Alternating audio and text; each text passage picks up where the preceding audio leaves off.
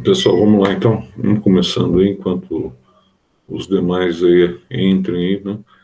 A gente vai começar aqui naquela lista que eu passei para vocês ao longo desse final de semana e a gente vai resolvendo os exercícios aqui, tá? E vai revisionando também a matéria relativa aí ao Enem e aos demais vestibulares também, tá? Então você vai vir aqui, ó. Olha só.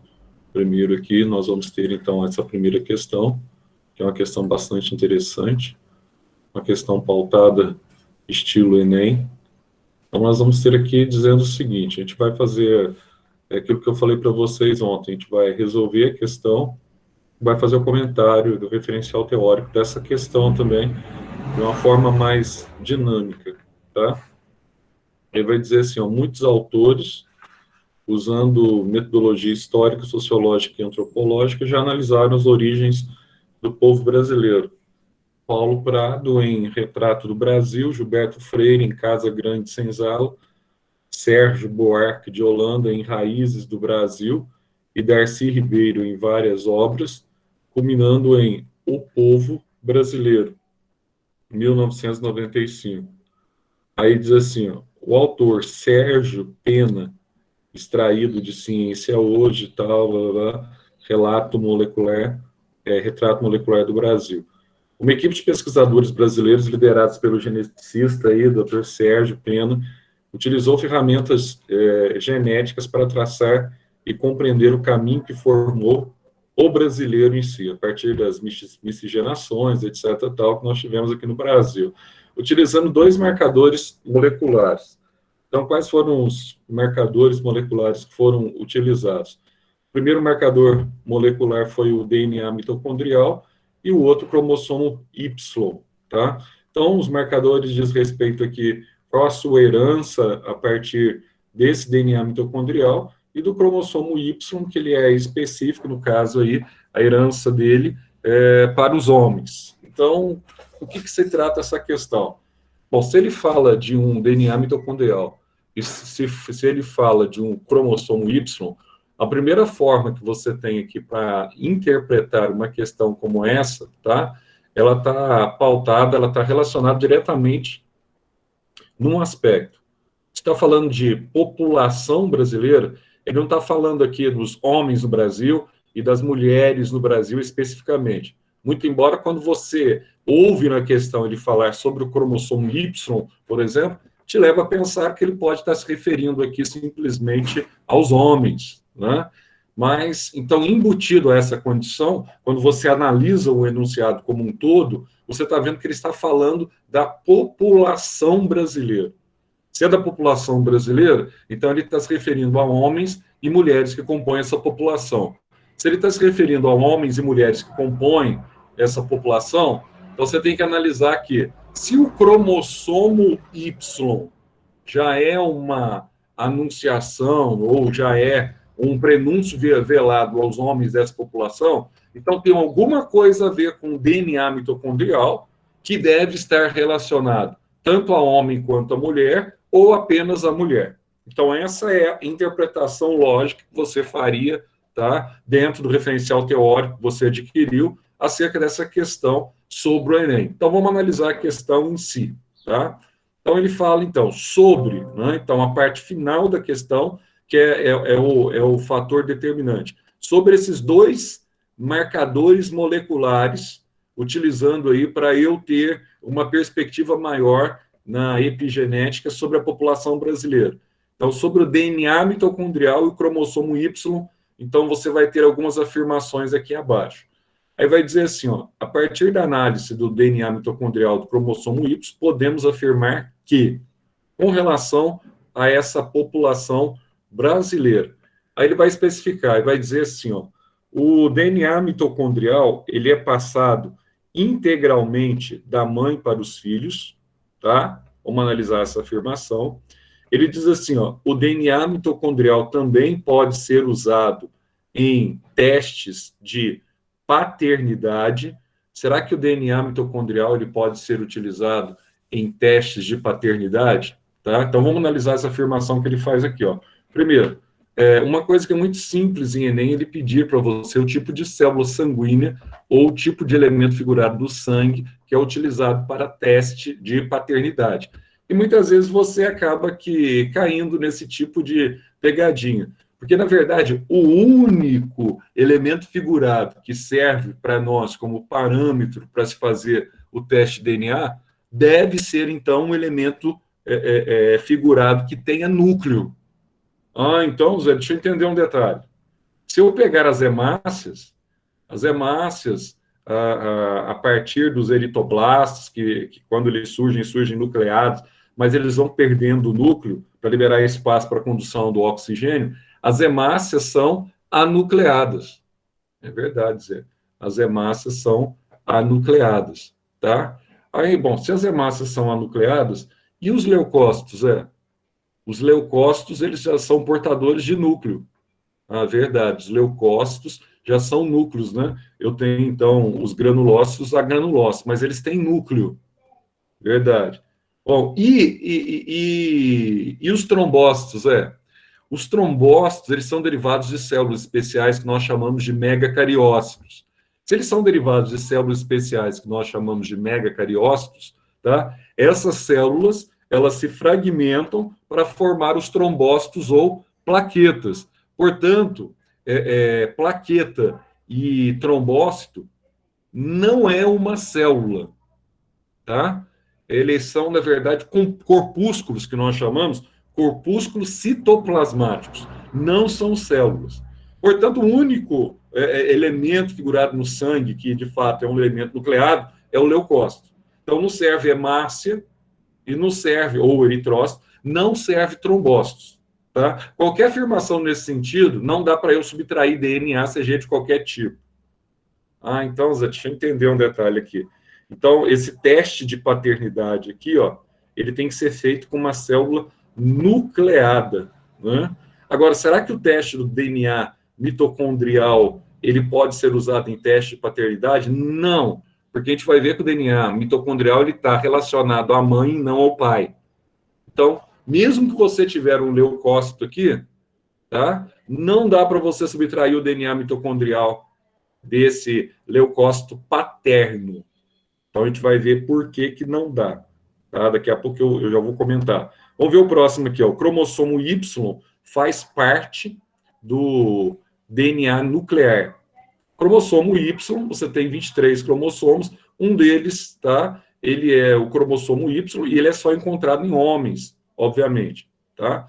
Logo, ele pode ser encontrado em homens e mulheres. Não. Tá? É o cromossomo que determina o sexo. Isso aqui nunca você ia imaginar em colocar aqui que o cromossomo Y, tá, ele pode ser encontrado em mulheres também, sem nenhum embasamento. Um neto do sexo masculino poderá afirmar que seu cromossomo Y veio do seu avô materno. Não, o cromossomo Y dele veio do pai. Não tem como vir do avô. Foi o determinante sexual. Então, o cromossomo Y dele tem que ser originado a partir do pai, não do avô. Aí diz assim, os dois marcadores moleculares podem não apresentar os resultados esperados, pois a maior precisão seria usar todo o DNA nuclear da célula para os estudos. Não, pode apresentar a precisão que você quer, desde que você analise aqui a alternativa A, que eu até comentei com vocês na aula de ontem, que nós estávamos falando sobre reprodução humana. O que eu comentei com vocês? Ele está dizendo assim, o DNA mitocondrial é passado integralmente da mãe para os filhos. Isso está correto. Agora, a pergunta é, por que ele é passado integralmente da mãe para os filhos? Lembra que ontem nós estávamos falando sobre o ovócito? E nós estávamos falando sobre o processo de fertilização ou fecundação do ovócito? Então, quando o espermatozoide, naquele momento ali, ele já está transformado, né, numa estrutura que consegue deslocar-se por quimiotactismo, tá? A partir da tuba uterina, da mulher, etc. Tal. Então, a partir do momento que ele está convertido em espermatozoide, ele deixou de ser espermátido, passou a ser espermatozoide, ele tem a cauda, ele tem aquela região mediana e tem a cabeça, tá? Que é formada pelo complexo de Golgi, que representa o acrossomo. Aquela região mediana dele ali, ela é fundamental, porque aquela região mediana ela auxilia a manutenção vital do espermatozoide antes dele penetrar no óvulo. Por quê? Porque na região mediana entre a cabeça e a cauda, você tem ali, tá, uma intensa atividade mitocondrial. Você tem uma intensa atividade de mitocôndrias atuando para realizar o processo de respiração celular para essa estrutura gamética. Pois bem, então o que acontece quando ele penetra na corona radiata da mulher? Então, ao penetrar nesse local que a gente chama de corona radiata, tá? Que reveste ali todo o ovócito 2, ele entra integralmente. Não se esqueçam disso, que esse conceito mudou já há anos, e tem muita gente que fala o inverso, né? Ah, não, deixa para lá, não sei o que e tal. A parte de fora, que é a cauda, né, vai se degenerar, e não é verdade. Hoje sabe-se que ele entra integralmente. Só que dentro do ovócito da mulher, tá? E a partir do momento que há essa penetração, o ovócito deixa de ser ovócito, aí ele passa a ser o que nós chamamos de óvulo, tá? E a partir daí você tem, então, as outras duas etapas da meiose, tá? Do ovócito da mulher, que aí passa a sofrer por anáfase e telófase, tá? Antes disso, a meiose da mulher, ela parava na metáfase, que nós vimos ontem ser fundamental para o Enem. Então, a partir desse momento, o que vai acontecer? Você tem a completa degeneração, não se esqueçam disso, tanto da cauda do espermatozoide, quanto dessa região do pescocinho dele, vamos chamar assim, tá? Que é a peça intermediária do espermatozoide, onde você tem a maior concentração de mitocôndria. Então, presta atenção, onde eu tenho, então, a mitocôndria da célula gamética, é onde eu vou ter o DNA mitocondrial, né, Zé? Exatamente, é onde você vai ter o DNA mitocondrial. Isso significa que o que vai prevalecer, tá, no momento da fecundação dentro do ovócito da mulher? Vai prevalecer apenas o acrossomo, a peça intermediária, onde estão as mitocôndrias, e a cauda, que servia para deslocamento, ela vai se degenerar dentro do ovócito da mulher. Ah, então fica apenas o acrossomo. O acrossomo do espermatozoide. Acrossomo do espermatozoide não tem DNA mitocondrial porque não tem mitocôndria. Então, o que vai acontecer? Se ele não tem DNA mitocondrial, se ele não tem mitocôndria, o que o homem vai transferir de DNA mitocondrial para a sua descendência? Absolutamente nada. Portanto, todo o DNA mitocondrial que é transferido para a descendência, tá, do casal, ele é de origem do óvulo da mulher. Óvulo esse que foi fecundado. Portanto, todo o DNA mitocondrial que eu recebi, que você recebeu, seja você menino ou menina, tá, ele é proveniente da sua linhagem materna. Ele é proveniente, então, do ovócito 2 da mulher. Daí você tem, então, o famoso DNA mitocondrial. Então, uma questão que seria tecnicamente bastante fácil, você analisaria dentro desse prisma. É lógico que nós estamos analisando aqui um prisma, né, digamos assim, mais amplo, para a gente analisar as possibilidades que essa questão desse tipo aqui pode cair em função das alternativas que ele te deu. Mas seria fácil, você marcaria aqui letra A, e diria você o seguinte: uma das questões, ou umas tipologias de questões, que você tem maior incidência, né, sempre aparece em Enem, envolvendo esse tal de DNA mitocondrial. Lembrando que esse DNA mitocondrial, tá, ele é diferente, né, ele é mais simples. Isso aqui até é um aspecto evolutivo, ele é mais simples do que o DNA, tá, normal, que ocorre no núcleo da célula. Então, é um DNA um pouquinho diferente, teria sido derivado aqui na formação das células, tá, eucarióticas, é um DNA parecido com o DNA, por exemplo, de uma bactéria, tá? Vamos ver a segunda questão aqui, que é interessante também, que vai tratar aqui de um amiguinho, que cai bastante também na maior parte aí dos vestibulares que vocês farão, inclusive Enem, tá? Então, quando você pega a parte de parasitose, pessoal, vocês têm que estar afinados nessa parte, para não serem surpreendidos, tá? É uma parte bastante comum e vai cair mesmo, isso aí, a chance de cair é bastante grande. Então, vamos lá, ele diz assim: atualmente o medicamento de escolha para o tratamento da esquistossomose causada por todas as espécies do verme aqui, o xistossoma, tá? Então, ele falou aqui de forma genérica, mas ele está falando do Mansoni aqui, né? Ele não está falando do japônico, do hematóbium, que pode provocar lesões no rim, no fígado. Ele está falando aqui mais do Mansoni mesmo, aquele que é de natureza hepática, mais de natureza hepática. A medicação é o Praxentel, tá? Que a gente chama de PQZ. Apesar de ser eficaz e seguro, seu uso em larga escala e tratamentos repetitivos em áreas endêmicas tem provocado a seleção de linhagens resistentes. Então, um detalhe aqui que você vai lembrar. Aqui ele te faz o enunciado em função de uma verminose e da possível linhagem, tá, de vermes do xistossoma que são resistentes à utilização desse vermífugo, que é o Praxentel, tá? Praxentel ou PQZ. Então, presta atenção. Quando você está ouvindo falar de linhagem e descendência, de linhagem de descendentes resistentes a uma determinada medicação, qual é a relação que você faz? Você faz a relação com aquela matéria de evolução, tá? Com aquela matéria que está relacionada à teoria sintética da evolução a partir do neodarwinismo, que fala sobre a mutação gênica. O que pode ou não estimular a mutação gênica.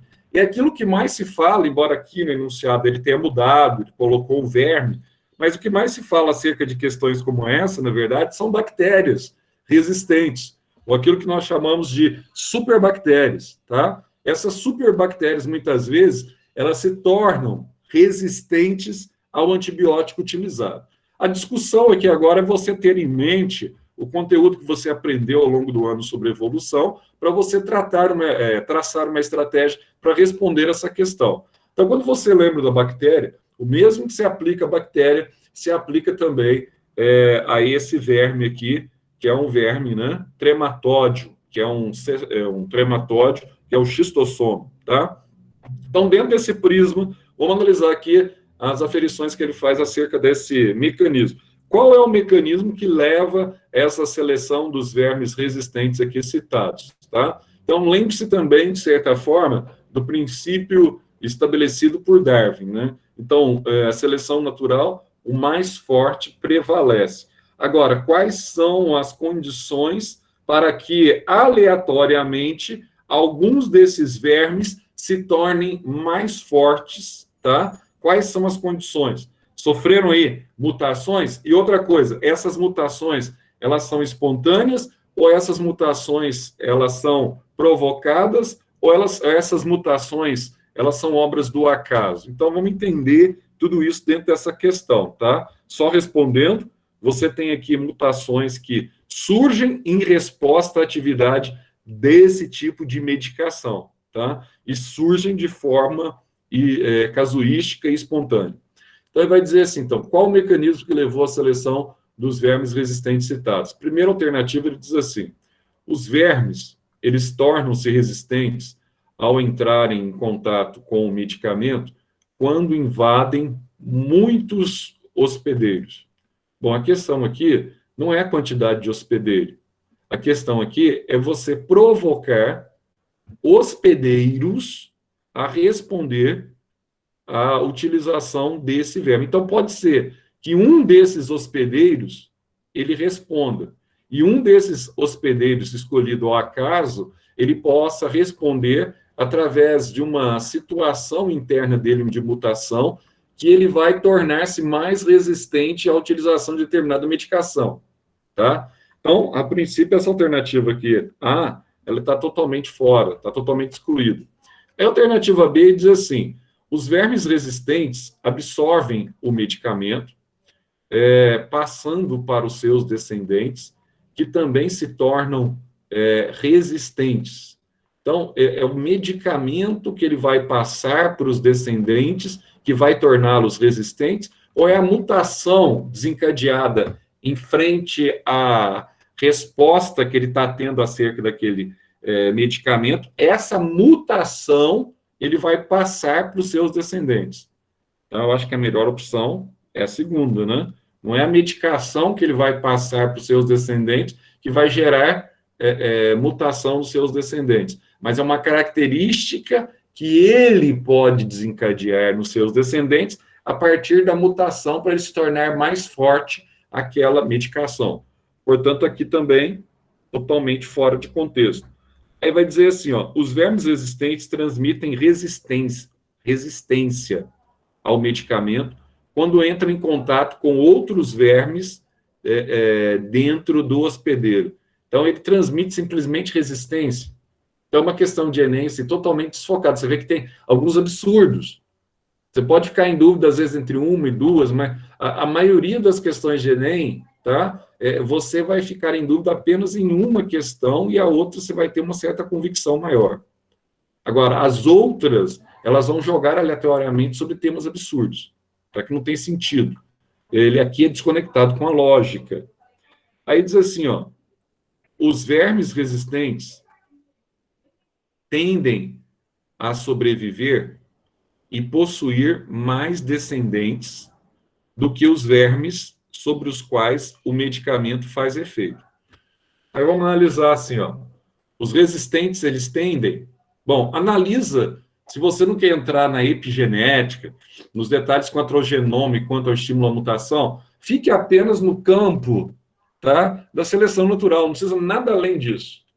Então, o que acontece? Esses vermes tendem a sobreviver e produzir mais descendentes do que os vermes sobre os quais o medicamento faz efeito? Óbvio que sim. Questão de lógica, tá? Seleção natural. O mais forte, ele vai resistir e vai transferir essa característica para os seus descendentes. Em contrapartida, o mais fraco, ele é atingido pelo medicamento, então não tem como ele perpetuar sua característica, tá? Para os demais descendentes. Então, óbvio, essa questão. Então, uma questão fácil, que ele tenta aí te mobilizar através de armadilhazinhas, etc. Tal, mas é uma questão muito direta. Aí vai dizer assim, ó, os vermes resistentes ao medicamento tendem a eliminar os vermes que não são resistentes, fazendo com que apenas os mais fortes sobrevivam. Não, não é isso que ele está falando, tá? É a resistência do verme a partir de uma mutação que eventualmente ele sofreu, permite ele ter uma vantagem, porque aqui, na verdade, não está havendo competição entre os vermes. Está havendo aqui, na verdade, a utilização de um princípio da ecologia. Se fosse para você identificar aqui, ó, esse princípio da ecologia, que está dizendo respeito aqui à ação de uma medicação sobre uma verminose, qual é o princípio da cinecologia que ele está se referindo aqui, da interação, tá, entre indivíduos de uma mesma espécie? Qual o princípio que ele poderia estar se referindo aqui, se você caracterizasse os dois aqui? Ele está falando aqui de algum tipo de canibalismo? Não. Tá? Como são da mesma espécie, eu não posso usar aqui o nome de antibiose ou amensalismo, porque antibiose e amensalismo é comum que seja entre espécies diferentes, tá? Mas aqui, ele está propondo aqui uma competição entre eles? Também não. Ele só está fazendo uma observação que alguns sobrevivem, enquanto que outros morrem. Então, não é simplesmente aqui uma competição entre eles. O mais forte, porque os mais fortes, ele tem uma determinada mutação, tá? Não porque é uma competição entre eles em que uns tendem a eliminar os outros. Não. O parasita desses vermes é o próprio hospedeiro, no caso aqui o homem. Não há competição entre eles. Uns sobrevivem e outros não. Então, a letra D aqui seria a letra confiável, a letra direta e a letra objetiva nessa questão, tá? Não teria maiores problemas aqui para você analisar essa questão. Agora, vamos analisando aqui, já aproveitando também, abrindo o leque, se tiver alguma coisa para falar, alguma coisa para perguntar, alguma dúvida, fique à vontade, tá? Ó, pode parar a hora que vocês quiserem. Vamos analisando o leque aqui, vamos analisar um pouquinho o embrião, né? Embrião. Então, é lógico que, às vezes, você está colocando questões, assim, de matérias aleatórias. É lógico que o desejo é colocar matérias aleatórias aqui na mesma questão, óbvio, tá? Ah, mas por que você está colocando aqui matérias aleatórias? É porque na hora que você for fazer a prova de Enem de vocês, você não vai ver assim, o Enem vai ser apenas de embriologia, vai ser apenas de reprodução. Não, pode cair qualquer coisa, em ciência da natureza. Então, você tem que estar preparado para qualquer burdoada, ou para qualquer paulada, seja Enem, seja FUVEST, seja Unicamp, seja qualquer vestibular aí, público, você tem algum tipo de aspiração nesse sentido. Então, vamos lá. Terceiro, então já vem logo a embriologia aqui, Zé. Vem logo a embriologia. E essa matéria de embriologia é uma matéria que nós trabalhamos muito com vocês lá no primeiro ano e que vocês recentemente agora devem ter visto aí com a Lenise, porque estava na biologia 1, né? Se não me engano aí, ó. Estava na biologia 1, então vocês viram aí com a Lenise. Aí diz assim, o embrião dos répteis, vamos lembrar um detalhe aqui, ó. Répteis e das aves. Primeira coisa, está protegido por ovo com casca, tá? E os anexos embrionários auxiliam o desenvolvimento do embrião. Assinale o que for correto sobre as características dessas estruturas. Então, vamos lembrar algumas coisas aqui, que a gente não pode esquecer. Falou aqui de embrião de répteis. A partir dos répteis, nós temos os animais mais bem adaptados à vida em ambiente terrestre dissecante, tá? Por quê? Porque eles são os primeiros a apresentarem praticamente todos os anexos embrionários, exceto a placenta, que é um anexo exclusivo dos mamíferos. Então eu vou encontrar aqui córion, eu vou encontrar aqui a alantoide, eu vou encontrar aqui o amnion, vou encontrar todos os anexos aqui presentes. Por quê? Esses anexos, eles trabalham em função de proteger o embrião, eles trabalham em função da respiração do embrião, eles trabalham em função da excreção do embrião, tá? E eles trabalham em função de formar ali um colchão de água que, além de proteger, permite também a hidratação do embrião. E também, quando você analisa o saco vitelino, que já tinha entre os seus sucessores na escala zoológica, trabalha para nutrir o embrião. Então, presta atenção aqui, ó, que ele está falando de animais que botam ovos. Eles podem ser os répteis ovíparos ou ovovivíparos. Nós vimos recentemente na aula sobre répteis, tá?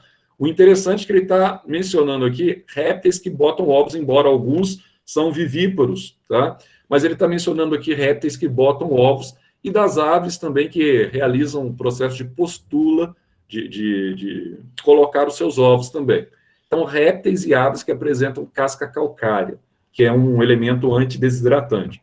Aí você tem aqui, ó, só lembrando que quando a gente fala de ovovivíparo, uma parte é chocada dentro do animal e uma parte enterrada, chocada fora do corpo do animal. Quando a gente fala em ovíparo, por exemplo, todas as aves são ovíparas exclusivas, tá? A chocagem do ovo, de acordo com a temperatura corpórea, ela ocorre totalmente fora do corpo, mas protegido pela mãe. Então, a mãe fica ali em cima, tá? Chocando os seus ovos, passando o seu calor para os seus ovos. Aí diz assim, ó, assinale o que for correto sobre essas estruturas. Vamos lá. O córion tem função excretora. Bom, quem tem função excretora é a alantoide, tá? É aquela vesícula que você tem. O córion é apenas um anexo que está logo abaixo da casca. Ele é uma membrana porosa, certo? Que vai proteger todos os demais anexos. Quem tem função excretora, portanto, é a alantoide e não o córion. Aí diz assim, permitindo a eliminação do excesso de ureia presente nos embriões das aves. Bom, primeiro, embrião das aves, ele tem excesso de ácido úrico, porque se ele tivesse a ureia, tá, os embriões seriam mortos, tanto ureia quanto amônia, porque tanto ureia quanto amônia são substâncias tóxicas que podem levar a óbito o embrião. Então, em se tratando aqui, ó, teria que ser ácido úrico também, outro errinho que nós achamos aqui, tá? E não quem realiza a excreção não é o córion, e sim a alantoide. Então, a alantoide ela tem duas funções, respiração e excreção. Aí diz assim, ó, além disso, por ser o anexo mais externo, isso está correto. Também protege o embrião contra choques mecânicos. Tá, isso aqui está correto. Essa parte B aqui, ó, do exercício, ela está correta, mas a parte A ela está toda equivocada. Portanto, você coloca logo aqui um F, que é falso, tá? Vamos ver a segunda afirmativa dele. Ele diz assim, ó, Na verdade, hoje não usa mais o, não, já coloquei aqui o, mas normalmente é alantoide, tá? Mas tudo bem, isso não interessa. O alantoide, como ele diz assim, recebe as excretas do embrião. Sim, ele recebe na parte interna essas excretas, e hoje fala-se muito em vacinação. Quando você inocula num ovo bastante sadio, tá? Você inocula partes do vírus enfraquecida, ou partes, tá, de uma bactéria, sei lá, que você quer montar em uma vacina, mas vamos imaginar aqui uma vacina, você inocula parte, tá, desse vírus no embrião. E qual região que você inocula? Na região do alantoide. E a partir do momento que ele começa a desenvolver, tá, resposta imunitária, essa resposta imunitária ela vai parar também no xixi do embrião, no ácido úrico do embrião.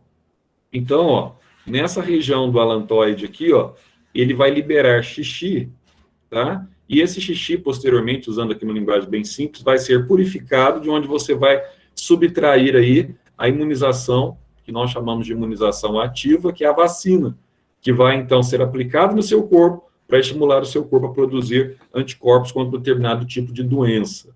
Então, ele recebe excretas do embrião, tá certo?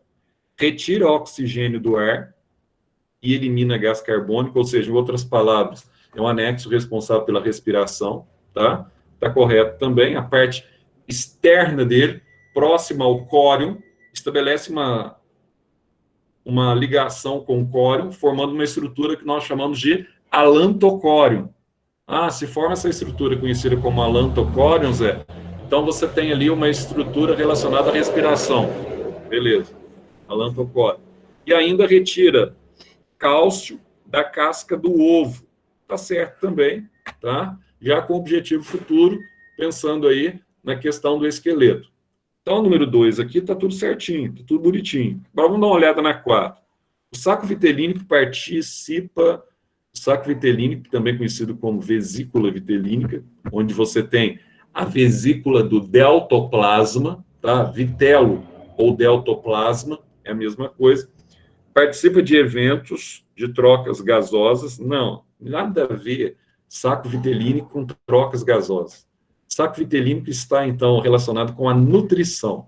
Lembre-se que nós temos aqui uma ave e um réptil. A ave e réptil apresentam ovos com grande concentração de vitelo, tá? Porque a parte que se desenvolve dentro do ovo é totalmente independente da nutrição materna. Então, você tem uma casca calcária ali que bloqueia, né, a nutrição materna. Então, tudo que ele precisa, até a formação do embrião e do animalzinho que dali vai sair, tá, tem que estar concentrado dentro do ovo, a partir do vitelo. Então, por isso que aves e répteis apresentam ovos que nós chamamos de ovos telolécitos completos, também conhecidos como ovos megalécitos. Então, portanto, se eles têm alta concentração de vitelo no interior do ovo, quanto maior a concentração de vitelo ou deltoplasma, mais difícil vai ser o processo de segmentação do ovo. Portanto, nós vamos ter aqui uma segmentação que nós chamamos de meroblástica, tá? Ou seja, em outras palavras, nós temos uma segmentação parcial do ovo. E essa segmentação parcial do ovo, ela vai ficar restrita à região da cicatrícula, que é a região do polo animal do ovo, lá em cima, tá? É o único local onde você não tem vitelo, a região da cicatrícula, também conhecida como disco germinativo, tá? Então, nós temos, então, a segmentação meroblástica, a segmentação parcial, discoidal, na cicatrícula ou no disco germinativo. Então, aqui, essa forma que ele diz aqui, principalmente por meio de poros existentes na casca dos ovos de répteis e aves. Não, realmente existem poros, mas que estabelecem contato com o córeo e com a alantoide, esses poros, para então estabelecer a respiração. Então, o saco vitelínico está relacionado à nutrição e não à respiração. Vamos lá, o âmnio. O âmnio, ele também é conhecido como... Deixa eu trazer um pouco de água. Ele também é conhecido como colchão de águas. Se ele é conhecido como colchão de águas, nós temos aqui a prerrogativa dele de hidratar. Não esqueçam disso, tá? ele vai hidratar o embrião, e além de hidratar o embrião, ele tem, então, uma outra prerrogativa bastante importante, tá? Além da hidratação, qual seria essa outra prerrogativa? Proteção. Então, não é qualquer movimento no ovo, a não ser que você quebre a casca do ovo, mas não é qualquer movimento do ovo que vai provocar algum tipo de lesão no embrião. Então, vamos lá. O âmnion contém um líquido que protege, tá bom, o embrião contra choques mecânicos e evita o seu dessecamento. É aquilo que eu acabei de falar, se ele hidrata, ele evita a desidratação. Sinônimo de desidratação, dessecamento, obviamente. Aí vai dizer assim, ó, essa estrutura foi importante para a conquista do ambiente terrestre pelos répteis, aquilo que eu falei lá no início da questão, tá? Verdade, né? Para o animal se adaptar-se, ou para o animal adaptar-se a uma condição, tá? Do solo, do sol intenso, no meio terrestre, etc., tal, antidesidratante, pois permitiu o desenvolvimento embrionário fora do ambiente aquático. Até no ambiente aquático, os ovos tinham casca mole, tanto nos peixes, quando apareciam os ovos, quanto nos anfíbios, né? Tinham casca mole, os ciclóssimos idem. Então, nesse caso, tá, está totalmente correto. Então, você teria aqui a alternativa 2 e a alternativa 8, totalmente verdadeira, tá? Aqui diz assinalar aqui, provavelmente uma questão que você teria que colocar aqui a soma, né? A soma aqui, ó, embora acabei não colocando. Então, 2 com 8 aqui daria 10. A soma das alternativas corretas aqui seria 10. Vamos lá, então. Questão 4. A figura representa um ovo amniótico, logo após ter sido posto por uma ave, e os gráficos representam supostas variações de massa desse ovo até um dia antes da sua eclosão, ou seja, da ruptura da casca e a saída do filhote de dentro do ovo. Vamos analisar aqui os gráficos, tá? Para a gente ver aí, um dia antes da eclosão, o que vai acontecer com esse ovo. Então, vamos dar uma olhadinha aqui. Aí você vai ter aqui, ó. Aqui é bom, porque dentro dessa figura aqui, ó, dá para você enxergar aqui todos os anexos, ó. Então, aqui você tem um anexo maior. Cuidado aqui, ó, quando você se depara com uma questão desse tipo, olha o lado que está o olho, viu? Do embriãozinho. Porque logo mais próximo aqui da cabeça do embrião, e aqui esse pontinho determina o olho, então você vai ter esse anexo aqui, ó, extraembrionário, e esse anexo extraembrionário aqui nós chamamos de saco vitelínico, tá? Para você ver aí, ó. Mas na parte próxima à região posterior caudal, né, vamos chamar assim, tá? Você vai ter a saída aqui de outro anexo extraembrionário, que é a alantoide. Aqui, ó, tá o saco vitelínico, alantoide. Aqui você tem um embrião, aqui você tem a casca porosa do ovo. Aqui você tem a membraninha aqui da casca, tá? E aqui pro lado interno você tem todo o anexo que dá para você enxergar aqui, ó, que é o córion, tá? Que é o anexo que vai proteger o embrião. Tanto aves quanto répteis você vai ter esse tipo de anexo. Então ele vai te dar aqui a sua ruptura e saída do filhote de dentro do ovo. Isso vai acontecer um dia antes da eclosão. Você tem esses gráficos aqui que vai te mostrar uma relação entre massa e uma relação entre tempo, tá? Então, no gráfico 1, você tem aqui, ó, um crescimento contínuo. No gráfico 2, a massa, ela atinge, tá, um certo nível. Depois você tem aqui uma queda em função do tempo. E no gráfico 3,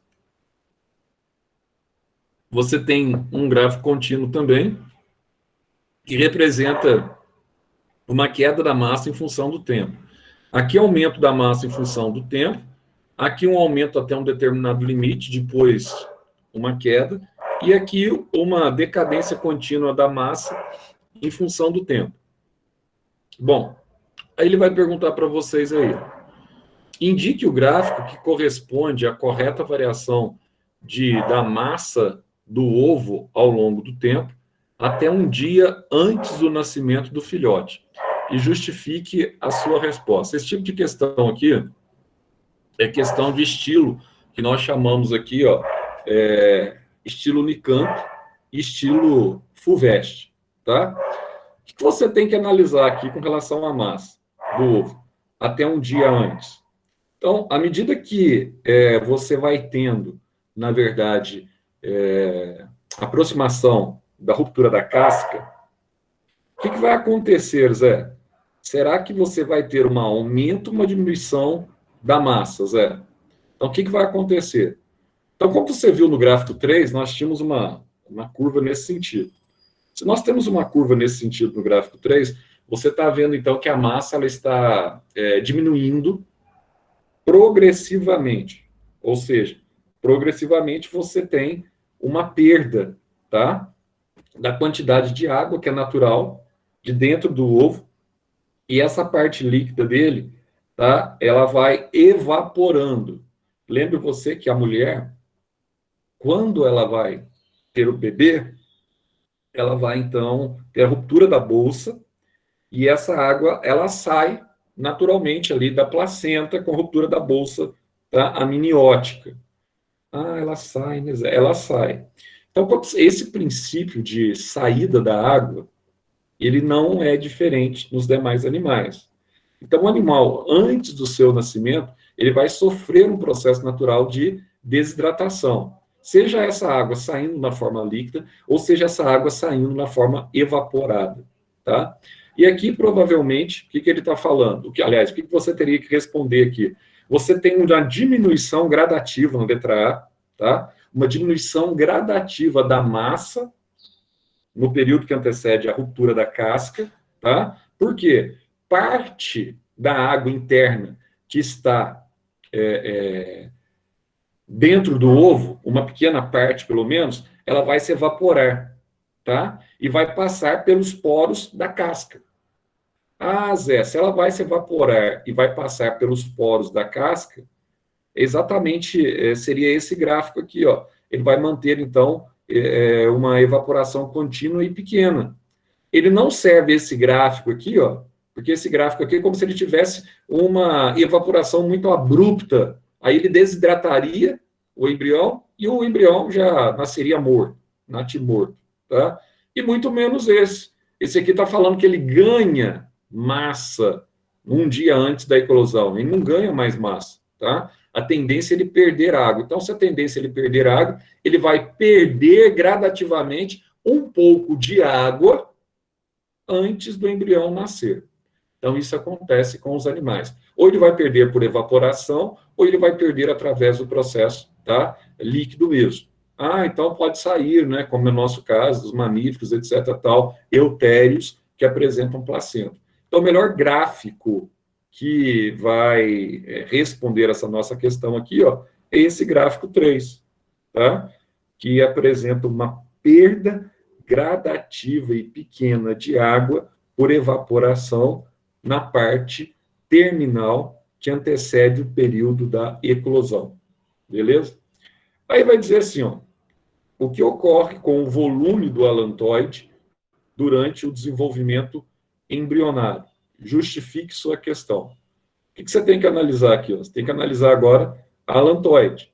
O que está acontecendo com o volume do alantoide? Bom, então nós sabemos que o alantoide ele tem algumas funções básicas. Então, função respiração, guardei Zé, e a função de excreção. Se ele tem a função de excreção, o que vai acontecer com ele? Ele não vai armazenar escórias metabólicas, tá? Ao longo do processo? Ah, vai, Zé. E essa escória metabólica, você não falou para a gente que é o ácido úrico? Exatamente. Falei para vocês que é o ácido úrico. À medida que ele vai armazenando escórias metabólicas ao longo do processo, a tendência é que o volume dele aumente ao longo do processo, tá? Então, o volume da alantoide, responsável aí pelo armazenamento de escórias metabólicas excretas no embrião, a tendência é que ele aumente durante o desenvolvimento embrionário, porque ele vai reservar mais escórias metabólicas. Então, seria essa a resposta óbvia que você teria que dar a essa questão. Então, à medida que está aproximando aqui, ó, da parte terminal, ele vai crescer mesmo, porque vai ter mais escórias metabólicas. E como é o ácido úrico é atóxico. Por ser atóxico, ele não vai, então, permitir o óbito do embrião. Também não se esqueçam desse detalhe, que é bastante importante para vocês, tá? Vamos lá, então. Próxima questão. O estado de saúde das siamesas é estável. Saímos uma questão de segunda fase aqui, tá? Estilo FUVEST ou Unicamp, e chegamos numa questão sobre gêmeas siameses. Vamos lá. Siamesas são aquelas gêmeas que nascem, então, vocês já sabem, né? Nascem com o corpo fundido, tá? Então, elas se fundem ali e nascem fundidas. Vamos ver aqui, ó. No dia 29 de abril, na maternidade Nossa Senhora de Lourdes, em Aracaju, Sergipe, nasceram as irmãs siamesas unidas pelo tórax e dividindo o mesmo coração. Dividindo o mesmo coração, complicado. Elas nasceram com 35 semanas de gestação, levando em consideração que 42 semanas, né, até 42, até um pouco mais a gestação, elas nasceram prematuras de gestação. E, segundo o secretário adjunto de saúde do estado de Sergipe, Luiz Eduardo Prado Correia, é o estado de saúde das meninas, tá? Isso aqui aconteceu em 5 de março de 2017. Então, diz assim: considerando as informações do texto e os conhecimentos relacionados ao tema, é correto afirmar, exceto. Vamos lá, então. Mais uma questão que ele vai formular aqui, ó, em função agora vai misturar, tá? Interessante que vai misturar reprodução e vai misturar também anexos embrionários. Então, veja só, o que é correto afirmar acerca dessa questão? Vamos lá, e vai fazer aqui uma miscelânea de afirmações aqui. Então, primeiro ele vai dizer assim, na primeira colocação dele, tá? Ele vai dizer com relação às gêmeas, ele vai dizer assim, ó, a bolsa miniótica é um anexo embrionário de estrutura membranosa, sim, a bolsa miniótica, tá? Lembrando que é o ânion aqui mais desenvolvido, serve para hidratar o embrião, com origem ectodérmica, sim. Então, olha só, como é uma bolsa membranosa, está revestindo a parte interna, ela tem a mesma origem, tá, da primeira camada da pele humana. A primeira camada da pele humana é a epiderme, e a epiderme ela é formada a partir do primeiro anexo, que é o ectoderma. Qual que é o segundo anexo mesmo? Endoderma, tá? Que você vai ter lá na gastrulação a formação da lâmina, que nós chamamos lá de lâmina cordomesoblástica depois, né? Mas na gastrulação você tem lá no mesentoderma, que nós chamamos, ou lâmina cordomesoblástica. A partir do mesentoderma, eu vou ter primeiro a formação do endoderma, que é o segundo anexo, não confunda isso. E na gastrulação 2, também conhecida como neurulação, eu tenho a formação do folheto do meio, que é o terceiro folheto, que é o mesoderma. Embora rotineiramente nós falamos nessa sequência assim, ó, nós falamos naquela sequência, falamos assim, ecto, meso e endo, né? Mas não é essa sequência de formação. Cuidado que isso é pegadinha, tá? É ecto, endo, e por fim, na gastrulação 2 ou neurulação, você tem o mesoderma com a distensão da lâmina cordomesoblástica para formar os celomas ali, tá? Então, ele vai dizer assim, ó, é uma estrutura, a bolsa amniótica é um anexo embrionário de estrutura membranosa com origem ectodérmica que envolve todo o embrião, ou concepto, ou elemento que está recebendo aqui a concepção. Aí diz assim, ó, nela acumula-se gradativamente um líquido no qual fica mergulhado o embrião. O que acontece conosco, né? Está falando aqui de bolsa amniótica também, está falando muito aqui sobre aquilo que acontece conosco, que somos mamíferos, né? Nós passamos as 42 semanas gestacionais imersos num líquido, tá? Amniótico. Aí diz assim, ó, e não esqueçam que hoje em dia, desse líquido amniótico aqui, é muito comum abordar assuntos referente à amniocentese, ou amniocêntese, né? Alguns põem um chapéuzinho, outros já falam só amniocentese, tá? Então, você retira, ao longo da gestação, se há alguma suspeição, tá? De problemas no feto, você retira o líquido amniótico da mãe, dá para você, então, detectar a presença de genes deletérios, tá? Que possam levar a algum tipo de doença no embrião, a partir do líquido amniótico. Então, hoje é possível isso. Aí, isso aqui, então, está certinho. Após a fecundação, a célula ovo ou zigoto inicia o processo que nós chamamos de segmentação ou clivagem, formação dos blastômeros até formar a mórula e a blástula, que no caso aqui, o ser humano, é o blastocisto, o nome, né? Aí diz assim, em zigotos provenientes de óvulos heterolécitos, heterolécitos são aqueles telolécitos incompletos. Então, telolécitos incompletos, na região animal, no polo animal do ovo, que é a região superior do ovo, tá? Você tem baixa concentração de deltoplasma de vitelo. E na região de baixo do ovo, do meio para baixo, do equador do ovo para o polo inferior, você tem alta concentração de deltoplasma ou vitelo. Então, ó, a parte de cima, que tem baixa concentração de vitelo, favorece a divisão mitótica e a formação dos blastômeros. A parte de baixo, que apresenta o material inerte, que é o deltoplasma, dificulta a segmentação desse ovo. Então, a tendência é que a blástula ela se forme, então, mais para o lado de cima, nesses animais, tá? Mas, mesmo assim, como ele tem a segmentação do meio para cima, você considera uma segmentação total, ou também conhecida como holoblástica. Então, esses ovos aqui são os ovos típicos, né, dos anfíbios.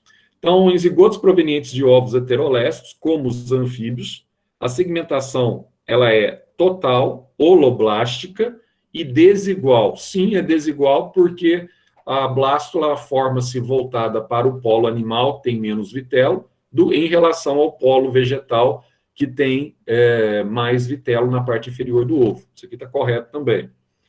Aí vai dizer assim, ó, a formação de siameses ocorre somente entre gêmeos univitelinos. Será que é isso, né? Tem que ser gêmeos idênticos para formar siameses? Então, olha só. Somente entre gêmeos univitelinos, vamos ler tudo aqui, que se originam de um único óvulo fertilizado por 2 espermatozoides. Bom, aqui está falando que os gêmeos univitelinos, então a questão, embora ele puxe a questão do siamês, mas a questão aqui é conceitual, tá? Os gêmeos univitelinos, eles são formados por um único óvulo fertilizado por 2 espermatozoides. Então, você bateria o olho aqui, seria uma questão muito fácil. Embora, a princípio, você fale, tem coisas relacionadas à embriologia, eu tenho uma certa dificuldade. Não tem que ter dificuldade nenhuma, porque isso aqui é a parte de citologia da embriologia, isso aqui é medíocre. Então, ó, sempre quando você tem gêmeos idênticos, ou gêmeos, tá? Univitelínicos, ou monozigóticos, tá? Você tem um único espermatozoide fecundando um único óvulo. Então, na hora da segmentação, Zé, na hora da formação dos blastômeros, na hora que eles começam a se dividir ali, normalmente você tem a separação das massas celulares. No caso do gêmeo, tá? Univitelino, são gêmeos idênticos, que vai acontecer ali, Zé? Essas massas, elas vão se dividindo, se separando, mas elas compõem são provenientes do mesmo ovo, e elas compõem uma mesma massa, né? Que dificilmente ela vai sofrer uma repartição. Nos gêmeos univitelinos, durante o processo de segmentação, elas sofrem essa repartição, tá? Quando elas sofrem essa repartição, você tem a formação de dois clones que são exatamente idênticos. Clone A com clone B. Mesmo DNA, tudo idêntico, tudo bonitinho, tá? Então são clones, porque houve a separação da massa. Ah, então é derivado então de um mesmo ovo. Se é derivado de um mesmo ovo, é derivado da fecundação de um espermatozoide para um óvulo. Então não existe essa questão aqui, pessoal. Dois espermatozoides fecundando um único óvulo. Se isso acontecer, você vai ter casos aí de teratogênesis, tá? De defeito congênito. Isso aqui nem vai prosperar muitas vezes. E aqui, ó, e assim são unidos em alguma região do corpo e compartilham a mesma placenta. Tá? Mas não é essa a questão. A questão aqui, ó, é que está totalmente equivocada a informação anterior, tá? Então, se são gêmeos fraternos ou gêmeos bivitelinos, que não é o caso aqui, você tem dois espermatozoides e dois óvulos. São gêmeos diferentes. Ponto. Tá? Se são gêmeos univitelinos, é um único espermatozoide com um único ovo que se reparte em dois seres idênticos. Tá? Ah, agora, se nessa repartição aqui, ó, eles não se repartiram totalmente, pode acontecer, então, um problema, tá, do siamês. Aí diz assim, ó, então isso aqui está errado. Isso aqui está errado. A placenta é um órgão materno-fetal de origem trofoblástica, tanto que a parte interna dela conhecida como trofoderma, né, que, entre outras funções, é responsável pelas trocas gasosas e metabólicas, sim. Então, a placenta ela está interligada ao cordão umbilical, e esse cordão umbilical ele realiza todo o processo de trocas gasosas e metabólicas na relação feto-materna. Também é responsável pela imunização fetal. Você sabe que todo feto ele nasce com os anticorpos da mãe e até 6 dias depois do nascimento ele recebe como se fosse um soro, tá? Ele recebe os soros já prontos, então ele nasce a partir de uma imunização que nós chamamos de imunização passiva, soroterapia, soros prontos e naturais que ele recebe da mãe prontos, os anticorpos, que duram mais ou menos 6 dias no corpo dele. E tem a função também, a placenta, de produzir o hormônio que nós falamos ontem, produção hormonal, que é o hormônio, tá? Hormônio coriônico humano, gonadotrofina coriônica humana, tá? HCG, que é o hormônio, ou beta-HCG. Isso aqui está certo, aí você marcaria, então, a alternativa C, estaria aqui completamente equivocado. Vamos lá, então. O desenvolvimento embrionário humano é marcado pela sucessão de diversos estágios, caracterizado pelo crescimento do embrião e o surgimento de estruturas específicas. Sendo assim, indique e caracterize as estruturas que podem ser observadas em um embrião humano em fase de neurula. Deixa eu ver se tem alguma fotinha aqui. Tem. Vou aproveitar outra questão aqui, ó. Olha só, aqui eu estou tendo o processo da neurulação. Aqui eu tive o processo da gastrulação, e aqui eu tenho o processo da neurulação. Então, o que acontece durante a neurulação, tá? Então, para você enxergar aí melhor, ver se eu consigo aqui. Deixa eu aumentar aqui para você, ó. Olha só, durante a neurulação, a primeira coisa que acontece é um achatamento aqui, ó, que nós vamos chamar aqui achatamento, tá? Do ectodermo, no polo superior do ectodermo, tá? Esse achatamento aqui, ó, leva à formação aqui de uma depressão, tá vendo aqui a depressãozinha? Com a formação dessa depressão aqui, ó, o que vai acontecer? Olha, uma parte do ectodermo aqui, ele vai se descolar, tá? E ao se descolar, ele vai formar aqui nessa região de cima, ó, o que nós chamamos de placa neural. E essa placa neural, ela vai levar à formação aqui, ó, desse tubo neural. Nossa, Zé, então aqui eu tenho a formação do tubo neural. Esse tubo neural, ele veio, então, da placa neural, tá? E depois que há esse deslocamento aqui, essa parte de cima aqui, ó, ela passa a ser regenerada. Isso aqui você está vendo os estágios aqui da neurulação. Então, ó, durante a neurulação, você vai ter a formação do tubo neural. O tubo neural, por sua vez, esse cilindro aqui, ó, ele tem como prerrogativa a formação, tá, das vesículas cerebrais.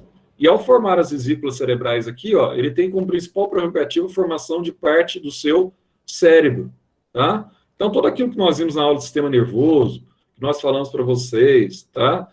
Telencéfalo, diencéfalo, mesencéfalo, metencéfalo e mielencéfalo, é derivado do tubo neural. Ah, Zé, e o tubo neural aqui, ó, ele tem um canal aqui, né? Ele tem um canal aqui, ó.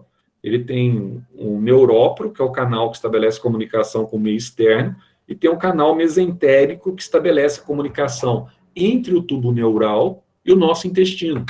E lembre-se você que nós não perdemos essa ligação aqui, mesmo na fase, tá, adulta.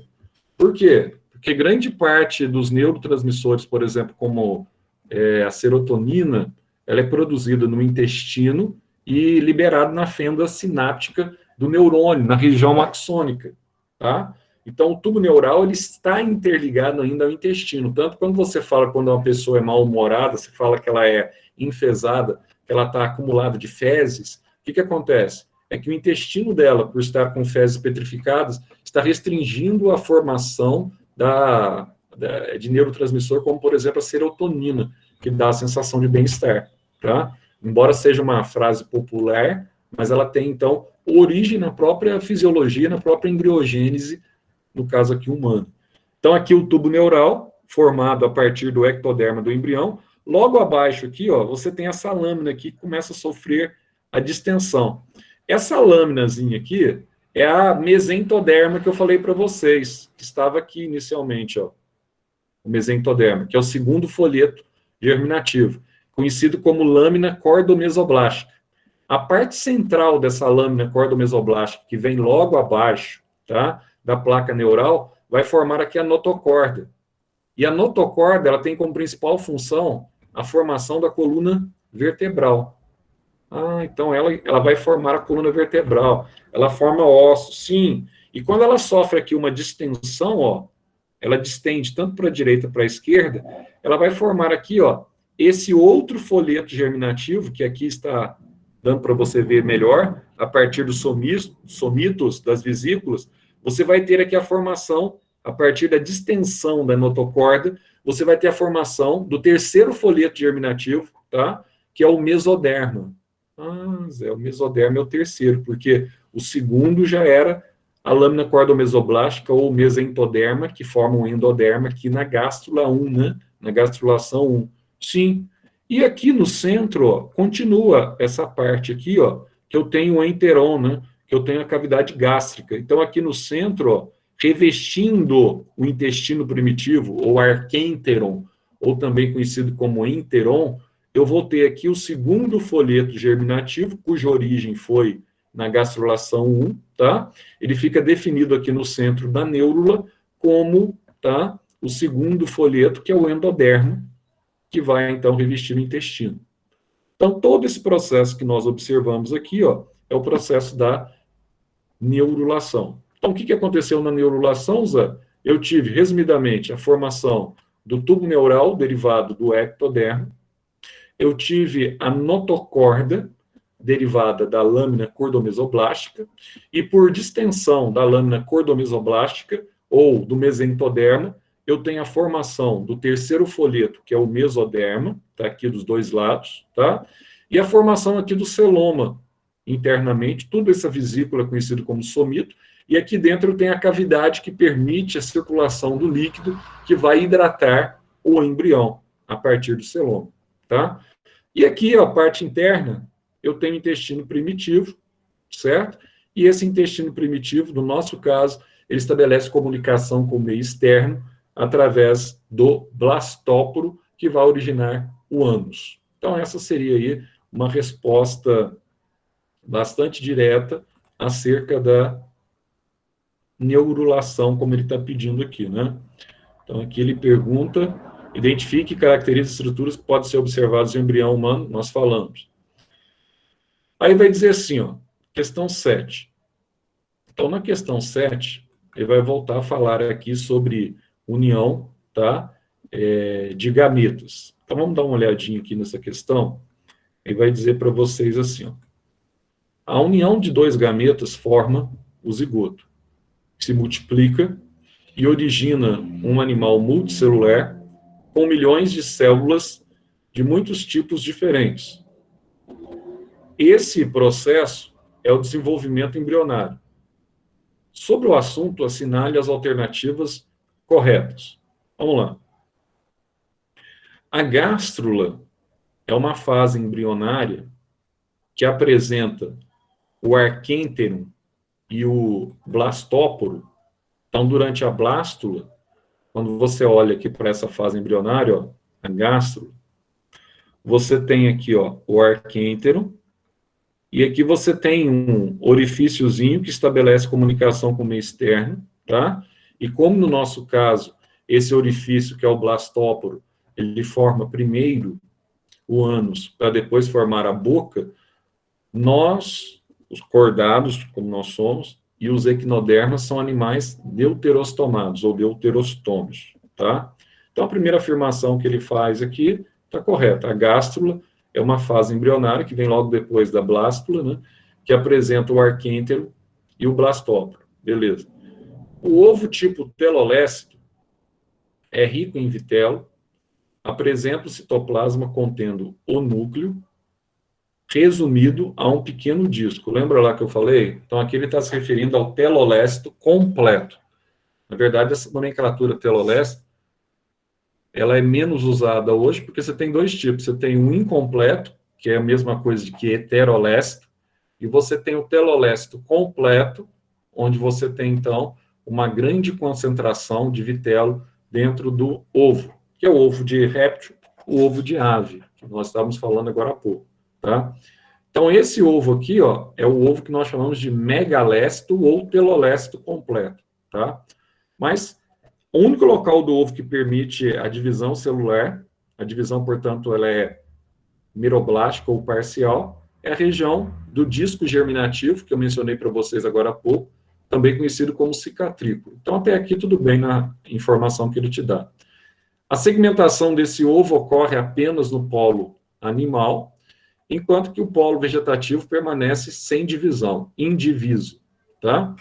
Verdade, a segmentação desse ovo ocorre só no polo animal e na região do disco germinativo, ou também conhecida como cicatrícula, tá? Aí você vai ter aqui, ó, então tá certo essa também. A cavidade embrionária delimitada pelo terceiro folheto, o mesoderma, é denominado blastocélio. A cavidade embrionária delimitada pelo terceiro folheto, que é o mesoderma, é denominada o quê? Celoma. Acabamos de ver aqui, ó. Olha ela aqui, ó. Aqui dentro, essa cavidadezinha que você está vendo aí é o celoma, tá? Agora, o que é a blastocélio? Blastocélio está relacionado à blástula, né, Zé? Você tem, então, a blastoderma, que vai proteger, tá, a blástula, e a parte interior, você vai ter a lecitocélio, ou alguns chamam de blastocélio, mas isso está relacionado à blástula, não tem nada a ver aqui com celoma. Então, o terceiro folheto mesoderma, ele reveste, na verdade, tá, o celoma, e não a blastocélio. Isso aqui está falso. Aí vai dizer assim, ó, o saco vitelínico é um anexo embrionário que existe em todas as classes de vertebrados. Verdade, tá? Pergunta. Saco vitelínico, ele está presente, por exemplo, no ser humano? O ser humano, ele tem saco vitelínico? Bom, o saco vitelínico, ele está presente no ser humano, mas como um saco vitelínico que nós chamamos de vestigial. Mas nós temos. Só que nós não usamos praticamente quase nada, porque é a placenta que assume essa função nutritiva, tá? Mas ele é responsável por estar presente. Então, existe em todas as classes de vertebrados. Aí diz assim, o embrião que na fase de blástula apresenta um folheto embrionário, evolui para 2 folhetos embrionários, ó, ectoderma e endoderma, corretíssimo. Então, o endoderma formado pela lâmina cordomesoblástica ou mesentoderma, através da proliferação e do movimento dos grupos celulares, certo? Passando, então, dessa fase para o processo de gastrulação 1 e gastrulação 2, que é a neurulação. Então, o único falso aqui, ó, seria, então, a número 4, tá? As demais alternativas, 1, 2, 3, com 8, 11, com 16, 27. A soma aqui das questões verdadeiras aqui seria 27, apenas a 4 está equivocada. Bom, aproveitando aqui, e já aproveitando o desenho aqui, né, que nós temos aqui da nossa ilustre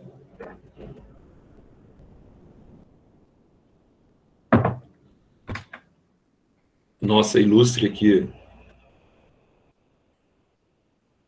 nosso ilustre desenvolvimento embrionário, aí você vai ter aqui, ó, o esquema representativo, a seguir descreve etapas do desenvolvimento do anfioxo. Lembrando vocês que o anfioxo, o branquiostoma lanceolatus, que é um céfalo-cordado, apresenta um desenvolvimento embrionário muito parecido com o humano, né? Inclusive, as fases do desenvolvimento embrionário, a gente usa muito o anfioxo para mostrar como é que acontece do humano, que são muito parecidos. Sobre o assunto, assinale o que é correto. Então, aqui nós vamos trabalhar com a segmentação do anfioxo, que é muito parecida com a segmentação dos mamíferos. Primeiro, ele diz assim, ó, a segmentação do anfioxo, ela é holoblástica igual, verdade? Então, o ovo dele é um ovo que tem baixa concentração de vitelo ou deltoplasma. Você sabe que o vitelo ou deltoplasma, ele inibe o processo de segmentação do ovo. Como ele tem baixa concentração de vitelo ou deltoplasma, o que vai acontecer com esse ovo, Zé? Bom, esse ovo aqui, ó, ele vai ter uma situação legal. Então, ele vai se dividir com mais facilidade, tá? Ah, então a segmentação dele vai ser total, né? Isso, holoblástica. E vai ser igual porque, na verdade, vai se dividir-se aqui de forma igual, tanto no polo superior quanto no polo inferior do ovo. E o vitelo ele fica distribuído em baixa concentração. Em mamíferos, no nosso caso, a nossa nutrição depende muito mais, tá, da placenta do que qualquer material liberado pelo vitelo do embrião. Então, ele diz assim, ó, a mórula transforma-se em blástula ou blastocisto. Então, aqui eu tenho a massa, que a gente chama de mórula, né? Após várias divisões aqui entre os blastômeros, eu tenho essas estruturas aqui que são as mórulas, só que essa estrutura aqui ela é maciça. Como ela é maciça, as células elas migram da região central para a periferia. Então, como elas migram da região central para a periferia, ela vai formar uma cavidade, ó. E essa cavidade aqui a gente vai chamar de blastocele, tá? Que é a cavidade que a gente falou ali em cima, é a cavidade da blástula. E essa estrutura que reveste aqui, como eu falei ali em cima, ó, é o blastoderma. Então, nesse processo aqui, você tem a conversão de uma estrutura maciça para uma estrutura que abriu uma cavidade aqui, que é a blástula, também conhecida como blastocisto. Então, ó, transformando-se em blástula, que sofre invaginação. Então, tá aqui, ó, a invaginação se dá por embolia, tá aqui a invaginação, ó, tá? Então, aí você tem a aproximação entre o polo superior e o polo inferior, até que praticamente essa cavidade aqui vai deixar de existir, ela passa a ser virtual quando os dois polos se encontram, tá? Formando os dois folhetos iniciais aqui, que é o ectoderma e o endoderma, e aqui nessa região aqui abre uma nova cavidade, que é o arquêntero, ou intestino primitivo do embrião, tá? E origina a gástrula, resultando em 2 camadas de células ectoderma 1, então tá aqui, ó, a mais externa o ectoderma e a mais interna o endoderma, tá? Aí o endoderma está representado aqui, ó, por essa camada 3 aqui, né? O endoderma. Aqui tá tudo certinho, né? Aí vai dizer assim, ó, a partir do endoderma, vamos ver o que vai dizer aqui, a partir do endoderma 7, ó, o que está determinado por número 7 aqui, ó, é a estrutura que reveste o celoma. Quem reveste o celoma aqui, ó, é o mesoderma e não o endoderma. Então tá errado, ó. Então diz assim, a partir do endoderma 7, não. O endoderma aqui, ó, é a estrutura 3, tá? E o endoderma aqui representado não tem número, mas é essa estrutura que está revestindo a cavidade 8, que é o intestino primitivo. Então, formam-se as glândulas, o sistema nervoso e os músculos. Tudo errado, né? O endoderma, as glândulas, sim, ele vai formar o pâncreas, o fígado, a tireoide, tá? Isso sim ele forma. Agora, o sistema nervoso é de origem ectodérmica. Ele é formado pelo tubo neural, tá? E os músculos, na maior parte, ele é formado pelo mesoderma e não pelo endoderma. Então tá tudo errado aqui, ó. Essa 2 aqui tá tudo equivocado. Então, olha só, aí vai dizer assim, alternativa 4. Nos animais protostômios, o blastóporo 2, vamos ver o 2 aqui, aí, ó, esse orifíciozinho que estabelece comunicação entre o intestino e o meio externo, que é o blastóporo, é o 2 mesmo, origina a boca e nos deuterostômios origina o ânus. Vamos mudar aqui, ó. Origina primeiro a boca e nos deuterostômios origina primeiro o ânus. Ficaria melhor assim, mas a alternativa está correta, tá? Aí a letra, ele diz assim, ó, a letra D representa a gástrula, vamos ver aqui, letra D, não, esse aqui é neurula, ó. Mas é a gastrulação 2, né? Então, é neurula, ou também conhecida como gastrulação 2, tudo bem. Então, gástrula. O 5 representa o tubo neural. Cadê o 5 aqui?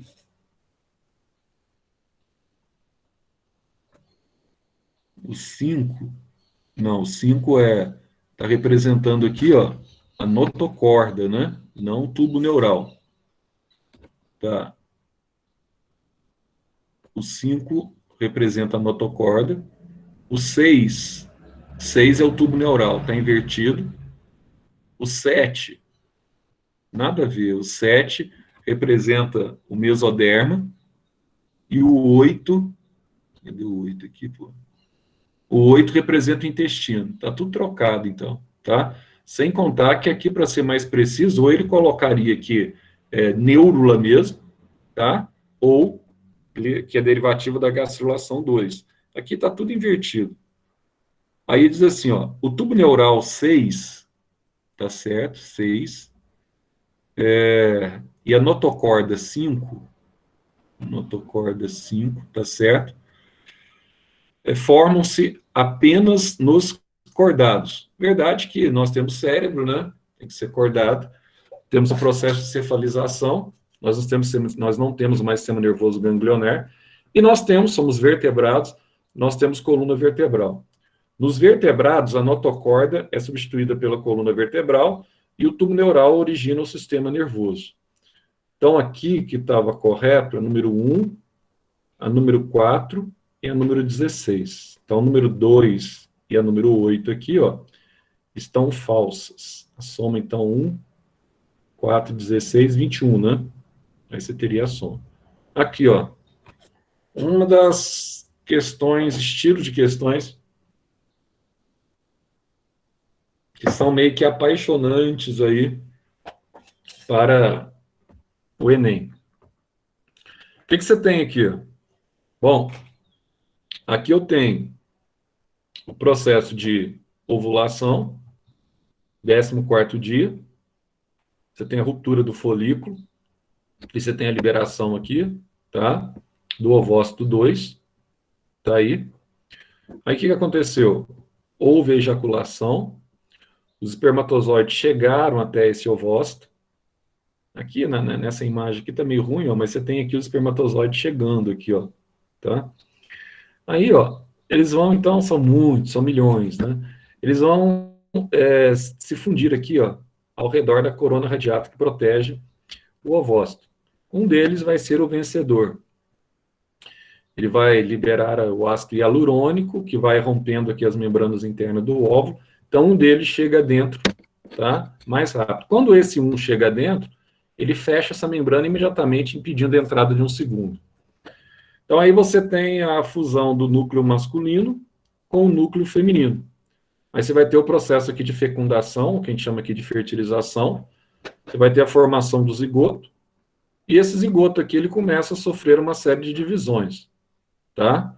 Então, aqui ele vai dividir-se em duas células, que a gente chama de blastômeros.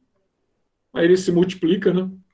Divisão mitótica, 4 células, 8 células, até formar aqui, ó, essa estrutura que lembra uma amora, tá? Que é a mórula. Essa mórula aqui vai formar esse estágio que já é, tá? O prelúdio aqui interno, o botão embrionário está sendo formado, está se desenvolvendo, e vai formar o estágio aqui que a gente chama de blastocisto. Então, esse estágio aqui do blastocisto, ele já tem essa cavidade interna, e aqui ele começa, então, o processo de nidação, que é o processo de fixação, tá? Do embrião, que acontece 144 horas ou 6 dias depois, que nós vimos ontem, tá? É o processo de fixação do embrião na parede do endométrio uterino. Nossa, Zé. Então, ele vai fixar-se aqui? Sim, ele vai fixar-se. E ao fixar aqui, ó, começa a formar a placenta, tá? Aí você vai ter a formação da placenta e liberação da gonadotrofina coriônica da mulher, tá? Você vai ter o HCG. Bom, aí você tem um processo de fecundação. Aí ele vai te fazer algumas perguntinhas aqui acerca dessa situação aqui imposta nessa questão. Então, vamos dar uma analisada aqui, embora tenha essa imagem, que essa imagem aqui, ela é muito comum, tá?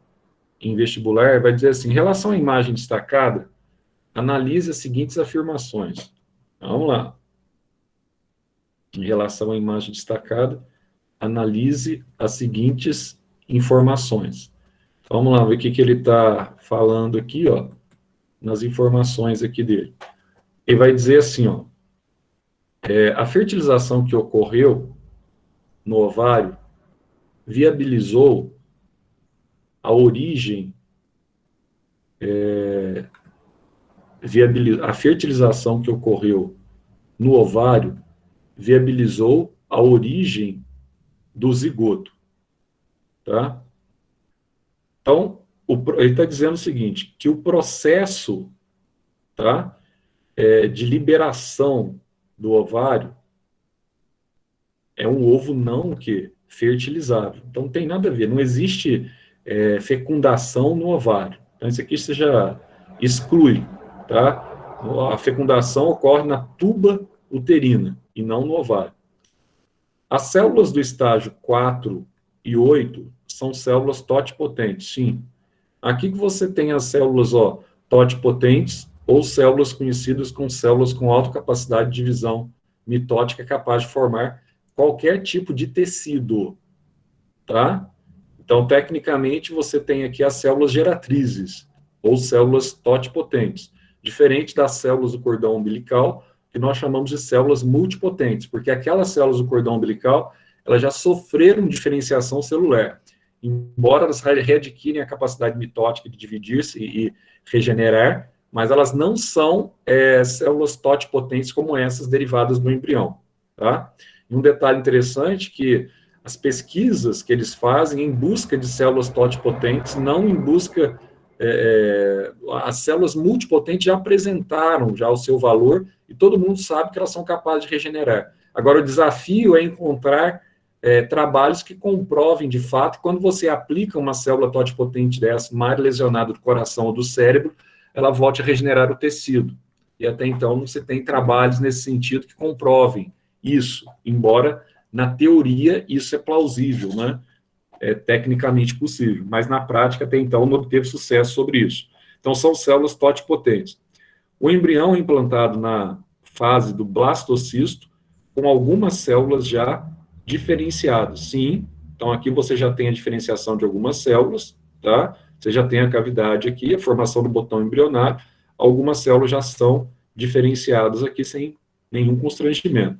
A alternativa que apresenta uma afirmativa ou mais afirmativas corretas é então, que nós vimos, a única que tem aqui alternativas corretas é a 2 e a 3. Fecundação ocorre na tuba uterina e não no ovário, obviamente. Então, 2 e 3, você marcaria aqui letra D. Então, vamos ver isso aqui, é pequenininha. Então, vou fazer pelo menos 10 questões aqui. Zé. Oi, pode falar, filho. Pode ocorrer fecundação no útero? A fecundação no útero? É. Não, fecundação no útero não. Você pode ter aqui, ó, o desenvolvimento do embrião na tuba uterina. Quando o embrião ele se desenvolve aqui e não consegue descer para o útero, aí você tem uma gravidez que a gente chama de gravidez ectópica, tá? Aí o embrião começa a se desenvolver aqui, ó. Aí quando se o médico não descobrir rapidamente, aí começa a distender aqui, ó, a tuba uterina da mulher à medida que o feto ele vai crescendo, tá? Aí como ele vai crescendo aqui, ó, aí tem que tirar, né? Com a gravidez ectópica, em fase mais avançada, aí você tem que retirar. Agora, quando a gestação ela ocorre normalmente aqui, ó, no útero, aí você tem a gravidez convencional, tá? Agora, a fecundação para ela acontecer aqui no útero, não dá tempo, porque para ele descer esse ovócito aqui, ó, demora 6 dias. E mesmo que a mulher, em 6 dias, o espermatozoide que ela tinha dentro do corpo dela, tá? Ele já perdeu o espermatozoide. E precisa desses estágios iniciais para desenvolver aqui, ó. Você precisa da tuba uterina, até chegar na fase da blasta. Mas assim, como a área médica sempre surge as exceções, a gente fala assim, ó, nunca pode acontecer um caso desse, de repente acontece, entende? Porque pode acontecer tipo de endométrio que ela tinha, conseguiu reter, porque assim, a mulher ela pode engravidar menstruada, então um exemplo também que o pessoal, a mulher pode engravidar menstruada? Tecnicamente não, pouquíssimo provável, mas existe possibilidade, existe caso que a mulher engravidou menstruada. O que aconteceu? Em vez do ovócito dela, tá, descer, ele ficou retido aqui na tuba uterina pelas microvilosidades intestinais. Então, duas coisas improváveis que aconteceu. Da retenção do ovócito, ele não desceu, tá, porque aqui você tem movimento de deslocamento por quimiotatina, depois da fecundação até chegar na região uterina, mas nesse caso, além de reter, ela conseguiu manter a viabilidade do ovócito por mais de 48 horas. Então, é aquilo que a gente fala, né? É pouquíssimo provável que isso aconteça, mas já aconteceu, tá? Então, assim, na medicina, nada você vai falar, isso aqui é uma novidade que aconteceu de forma atípica. Às vezes acontece. Mas o normal não. O normal é a fecundação, 99,99% dos casos, acontecer na tuba uterina, tá? Vamos deixar então aqui, ó. Eu vou ter que entrar na outra sala daqui 5 minutos. Vamos parar por aqui, no 10 aqui, que a gente continua depois. Mas é assim, a gente vai seguir a semana que vem, ainda tem a semana que vem, a gente vai seguir aí a nossa revisão baseada em exercícios e baseada em comentário de questões. Aí eu não sei se está bom assim para vocês, se vocês têm outra sugestão. Para mim foi a forma mais plausível, a gente trabalhar com questões e com conteúdo geral que nós aprendemos ao longo do ano sobre algumas questões. Vou passar mais listas para vocês depois. que vocês me dizem aí? Fala aí, o nosso amigo, qualquer um que quiser falar, mas o que fala demais, o nosso crítico Xavier, eu gosto do Xavier porque o Xavier é crítico, né, nesse quesito. O que você me diz aí, Xavier? Você está acordado ainda? Você está dormindo já? Como é que tá? Faz a pergunta de novo. Então, essa questão aí dessa forma que a gente está fazendo aqui da revisão, usando exercícios e o conteúdo, o referencial teórico junto com o exercício. Tá bom assim? Vocês querem que dá aula normal, só de referencial teórico, ou só resolve o exercício direto? O que vocês acham? Aqui, tipo assim, você também tá usando a revisão para, tipo, dar o conteúdo da escola, né? Então, tipo... Não. O objetivo não era o conteúdo da escola, não. É porque hoje coincidiu, viu? Ah, não, entendi. Mas as questões, aí você vai ver aí as questões aí que tá tudo... Tem questão de fisiologia vegetal, tá tudo misturado, viu? É que coincidiu de eu ter dado essa matéria ontem, de fato. Ah, não, entendi. Tipo, assim, pra mim, eu acho que podia dar uma variada mais no tema das questões. Tipo, por exemplo, hoje foi, sei lá, 1h40 só de embriologia, né? Eu acho que se desse, eu acho que se desse uma variada maior nas questões, tal, esse tipo de coisa, acho que seria melhor. Precisa pegar a lista aí, você vai ver que as próximas questões aí já vai entrar em botânica, etc. Tal. Vai acontecer. É porque eu programei 27 questões para hoje, achei que ia dar para dar as 27, mas na verdade você começa a falar, né? Eu começo a falar aqui e fiquei só em 9, entendeu? Então, você pegar aí, você vai ter questão de abertura e fechamento de estômago, de angiosperma, tá tudo aí nessa lista aí. Então, a intenção era essa, mas o tempo é corrido, né? Mas vamos procurar sempre variar bastante. O que mais pode fazer? Sei lá. Maria Elisa, o que tu acha? Eu gosto de exercício dando referencial igual você tá dando, Zé, mas eu concordo que devia variar um pouco o assunto também. Tá.